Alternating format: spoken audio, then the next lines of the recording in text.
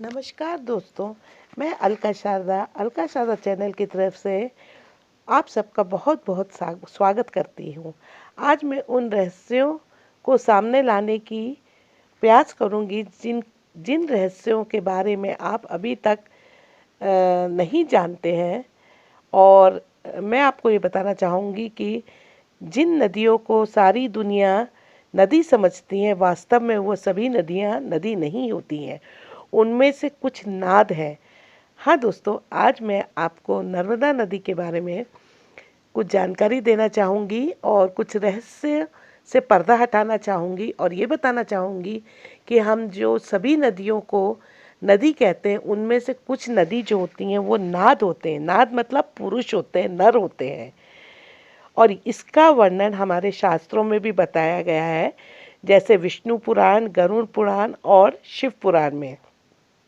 और बाकी की जो नदियाँ होती हैं वो स्त्रीवाचक हैं, तो वो मादा है। इसी कारण नर्मदा नदी का नाम नर्मदा पड़ा, यानी कि नर और मादा दोनों को मिलान। तो आज मैं नर्मदा के बारे में, नदी के बारे में बताना चाहती हूँ कि नर्मदा नदी के क्या रहस्य हैं और नर्मदा नदी जो है वो उल्टी डायरेक्शन में क्यों बहती हैं। और साथ ही साथ मैं आपको ये नर्मदा नदी की कथा भी बताना चाहती हूँ और ये बताना चाहती हूँ कि नर्मदा नदी के हर पत्थर में है शिव, आखिर क्यों। नर्मदा नदी भारत की एकमात्र ऐसी नदी है जिसकी परिक्रमा की जाती है। तो दोस्तों, अगर आज की वीडियो मेरी पसंद आए सो आप उसको ज़रूर लाइक और शेयर ज़रूर कीजिएगा, ताकि ये जो इन्फॉर्मेशन है ज़्यादा से ज़्यादा आपके दोस्तों तक पहुंच सके। और इससे मेरे चैनल को जो लोग नए लोग देख रहे हैं वो ज़रूर सब्सक्राइब करिएगा और ये मेरे वीडियो को लास्ट तक ज़रूर देखिएगा। तो हम ज़्यादा समय ना लेते हुए अपनी ये वीडियो शुरू करते हैं। तो मैंने जैसे कि आपको बताया कि जितनी भी भारत में नदियाँ हैं वो सब नदियाँ नहीं होती हैं, उनमें से कुछ मेल पुरुष होती हैं, नर होती हैं और कुछ मादा होती हैं। तो जिसमें आज जो मैं नदी के बारे में बताने जा रही हूँ वो नर्मदा नदी है। तो नर्मदा का अर्थात मैंने आपको बताया, इसका मतलब क्या है कि नर प्लस मादा, यानी कि ये दोनों का मिलान है, नर भी है और मादा भी है। और फिर दूसरी बात यह है कि नर्मदा नदी में ही हमें शिवलिंग क्यों मिलते हैं। तो मैं आपको बताना चाहती हूँ कि भगवान शिव ही ऐसे हैं जो अर्धनारीश्वर कहे जाते हैं, अर्थात नर और मादा के रूप में पूजनीय हैं। और अगर इनके शिवलिंग को देखा जाए तो भी ये सच है कि इनका क्योंकि उनका लिंग जो प्रतीत है नर का और योनि प्रतीत है मादा की, तो नर्मदा नदी में शिवलिंग मिलना तो जायज़ ही है। दूसरे शब्दों में अगर मैं अपन देखें तो शिव जी जो होते हैं वो क्या है, किसके प्रतीक है, शक्ति के प्रतीक है। और हम अगर इनकी फ़ोटो को भी देखें तो सबसे ये शक्तिशाली यही भगवान है और इनमें बल है, इनमें और तेज है। और अगर जब ये बल सिर्फ इसी इकलौती नदी में मादा के साथ मिलता है तो वो स्वाभाविक ही तौर से उसका जो बहाव होता है वो तेज हो जाता है। बल का नियम है कि बल प्रदर्शित होगा और वो दिखाई देगा। इसलिए नर्मदा नदी का जो बहाव देखते कि वो कैसे छल छल कहती है और कितनी तेज से बहती हैं, क्योंकि वो नर और मादा दोनों मिलके नदी बनी है। यही कारण है कि ये नदी अपनी स्वभाव से उल्टी दिशा में बहती हैं। दूसरी नदियाँ ऐसी नहीं बहती हैं, सिर्फ यही नदी है जो उल्टी दिशा में बहती हैं। अब दोस्तों, मैं आपको बताऊंगी कि नर्मदा भारत की एकमात्र ऐसी नदी है जिनकी परिक्रमा की जाती है। ये एकमात्र ऐसी नदी है जिनका पुराण है। बड़े बड़े ऋषि मुनि नर्मदा के तटों पर गुप्त तप करते हैं।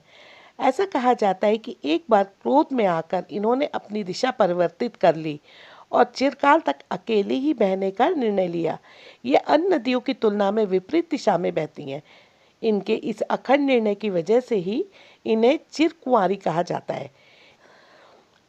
पुराणों में ऐसा बताया गया है कि इनका जन्म एक 12 वर्ष की कन्या के रूप में हुआ था।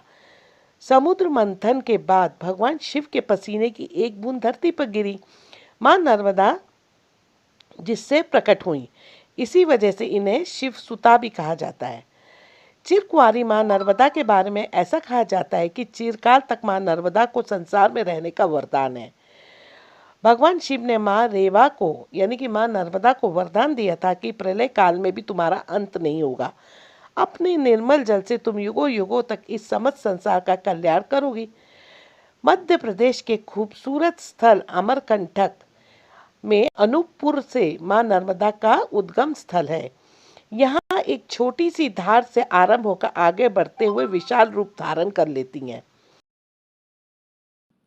मत्स्य पुराण में नर्मदा की महिमा की गाथा करते हुए कहा गया है, कनखल क्षेत्र में गंगा पवित्र है और कुरुक्षेत्र में सरस्वती, परंतु गांव हो चाहे वन, नर्मदा सर्वत्र पवित्र है। यमुना का जल एक सप्ताह में, सरस्वती का 3 दिन में और गंगा जल उसी दिन और नर्मदा का जल उसी क्षण पवित्र कर देता है। एक अन्य प्राचीन ग्रंथ में सब सरिताओं का गुणगान इस तरह से है, गंगे च यमुने चैव गोदावरी सरस्वती नर्मदा सिंधु कावेरी जलेस्मिन संधि नदी करू। दूसरी कथा के अनुसार इस कथा में नर्मदा को रेवा नदी और शोभ्रभरण को सोनभद्र के नाम से जाना गया है। नद यानी नदी का पुरुष स्वरूप। ब्रह्मपुत्र भी नदी नहीं नद है और उसे नद ही कहा जाता है। बहरहाल ये कथा बताती हूँ कि राजकुमारी नर्मदा राजा मेखल की पुत्री थी। राजा मेखल ने अपनी अत्यंत रूपसी पुत्री के लिए यह तय किया कि जो राजकुमार गुलाब कावली के दुर्लभ पुष्प उनकी पुत्री के लिए लाएगा, वो अपनी पुत्री का विवाह उनसे संपन्न कर देंगे। राजकुमार सोनभद्र गुलाब कावली के फूल ले आए, अतः उनसे राजकुमारी नर्मदा का विवाह तय हुआ। नर्मदा अब तक सोनभद्र के दर्शन न कर सकी थी, लेकिन उनके रूप, यौवन और पराक्रम की कथाएं उन्होंने बहुत सुनी थी और जिसके कारण वो मन ही मन उन्हें चाहने लगी थी। विवाह होने में कुछ दिन शेष थे, लेकिन नर्मदा से रहा न गया। उसने अपनी दासी जुहीला के हाथों प्रेम संदेश भेजने की सोची। जुहीला को सूझी ठिठोली। उसने राजकुमारी से उसके वस्त्र भूषण मांगे और चल पड़ी राजकुमार से मिलने। सोनभद्र के पास पहुंची तो राजकुमार सोनभद्र ने उसे ही नर्मदा समझने की भूल कर बैठी। जुहीला की नीयत में भी खोट आ गया। राजकुमार के प्रणय निवेदन को वो ठुकरा न सकी। इधर नर्मदा का सब्र का बांध टूटने लगा। दासी जुहीला के आने में देरी हुई तो वो स्वयं चल पड़ी सुभद्र से मिलने। वहां पहुंचने पर सुभद्र और जुहीला को साथ देखकर वो अपमान की भीषण आग में जल उठी। तुरंत वहां से उल्टी दिशा में चल पड़ी और फिर कभी नहीं लौटी। सोनभद्र अपनी गलती पर पछताता रहा, लेकिन स्वाभिमान और विद्रोह की प्रतीक बनी नर्मदा पलट कर नहीं आई। हम इसका भौगोलिक सत्य भी देखते हैं कि जयसिंह नगर के ग्राम वराहा के निकट जुहीला उस नदी को दूषित नदी माना जाता है। पवित्र नदियों में इसे शामिल नहीं किया जाता है। का सोनभद्र नंद से बाम पार्थव में दशरथ घाट पर संगम होता है और कथा में रूठी राजकुमारी नर्मदा कुंवारी और अकेली उल्टी दिशा में बहती दिखाई देती हैं। रानी और दासी के राज वस्त्र बदलने की कथा इलाहाबाद के पूर्वी भाग में आज भी प्रचलित है। अब मैं आपको इसकी तीसरी कथा बताती हूँ कि कई हजारों साल पहले की बात है। नर्मदा जी नदी बनकर जन्मी, सोनभद्र नद बनकर जन्मे। दोनों के घर पास थे। दोनों अमरकंटक की पहाड़ियों में घुटनों के बल चलते चलते, ठिठोली करते, हंसते, रूठते। दोनों का बचपन खत्म हुआ। दोनों किशोर हुए। लगाव और बढ़ने लगा। गुफाओं पहाड़ियों में ऋषि मुनि व संतों ने डेरा डाला हुआ था। चारों ओर यज्ञ पूजन होने लगा। पूरे पर्वत में हवन की पवित्र समाधियों से वातावरण सुगंधित होने लगा। इसी पावन माहौल में दोनों जवान हुए। उन दोनों ने कस्में खाई जीवन भर एक दूसरे का साथ नहीं छोड़ने की, एक दूसरे को धोखा नहीं देने की। एक दिन अचानक रास्ते में सोनभद्र के सामने नर्मदा की सखी जुहीला नदी आ थमकी। 16 श्रृंगार किए हुए वन का सौंदर्य के लिए वो भी नवयुक्ति थी। उसने अपनी अदाओं से सोनभद्र को मोह लिया। सोनभद्र अपनी बाल सखी नर्मदा को भूल गए और उन्होंने जूहिला को भी अपनी सखी के प्यार पर डोरे डालते लाज न आई। नर्मदा ने बहुत कोशिश की कि सुभद्र को समझाने की, लेकिन सोनभद्र तो जैसे जूहिला के लिए बावरा हो गया था। नर्मदा ने किसी ऐसे ही असहनीय क्षण में निर्णय लिया कि ऐसे धोखेबाज के साथ से अच्छा है इसे छोड़कर चल देना। कहते हैं तभी से नर्मदा ने अपनी दिशा बदल ली। सोनभद्र और जूहिला ने नर्मदा को जाते देखा। सोनभद्र को दुख हुआ। बचपन की सखी क्योंकि उनसे छूट के जा रही थी।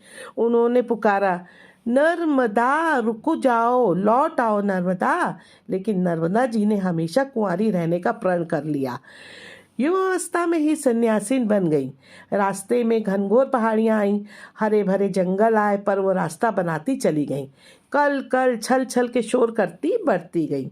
मंडला के आदिम जानों के इलाके में पहुंची। कहते हैं आज भी नर्मदा की परिक्रमा में कहीं कहीं नर्मदा का करुण विलाप सुनाई पड़ता है। नर्मदा ने बंगाल सागर की यात्रा छोड़ी और अरब सागर की ओर दौड़ी। भौगोलिक तथ्य देखिए कि हमारे देश की सभी बड़ी नदियां बंगाल सागर में मिलती हैं, लेकिन गुस्से के कारण नर्मदा अरब सागर में समा गई। नर्मदा की कथा जनमानस में कई रूपों में प्रचलित है, लेकिन चिरकुंवारी नर्मदा का सात्विक सौंदर्य, चारित्रिक तेज और भावात्मक उफान नर्मदा परिक्रमा के दौरान हर संवेदनशील मन महसूस करते हैं। कहते हैं कि वो नदी रूप में है, लेकिन चाहे अनचाहे भक्तगण उनका मानवीयकरण कर ही लेते हैं। पौराणिक कथा और यथार्थ के भौगोलिक सत्य का सुंदर सम्मेलन उनकी इस भावना को बल प्रदान करता है और वह कह उठते हैं, नमामि देवी नर्मदे। वैसे तो मां नर्मदा को लेकर अनेक मान्यता है, लेकिन ऐसा बताया गया है कि जो भी भक्त पूरी निष्ठा के साथ इनकी पूजा व दर्शन करते हैं, उन्हें ये जीवन काल में एक बार दर्शन अवश्य देती हैं। जिस प्रकार गंगा में स्नान का पुण्य है, उसी प्रकार नर्मदा के दर्शन मात्र से मनुष्य के कष्टों का अंत हो जाता है। तो दोस्तों, आशा करती हूँ कि आज की मेरी जो वीडियो मैंने बनाई है ये आपको पसंद आएगी। ये मुझे कहीं से जानकारी मिली थी जो मैंने आप लोग के साथ में शेयर की। अगर इसमें से आपको कोई भी चीज़ पसंद आए, कोई भी नई जानकारी लगे, तो आप इसे ज़्यादा से ज़्यादा शेयर कीजिएगा, लाइक कीजिएगा। और जो दोस्त मेरे चैनल को देख रहे हैं, पहली बार जिन्होंने मेरे ये वीडियो देख रहे हैं, तो प्लीज़ आप उस मेरे अलका चारदा चैनल को सब्सक्राइब कीजिएगा और आइकन बेल को दबाना बिल्कुल मत भूलिएगा। तो हम जल्दी ही इसी तरह के नई वीडियोस के साथ फिर आपसे मुलाकात करते हैं। तब तक के लिए हैव अ नाइस डे।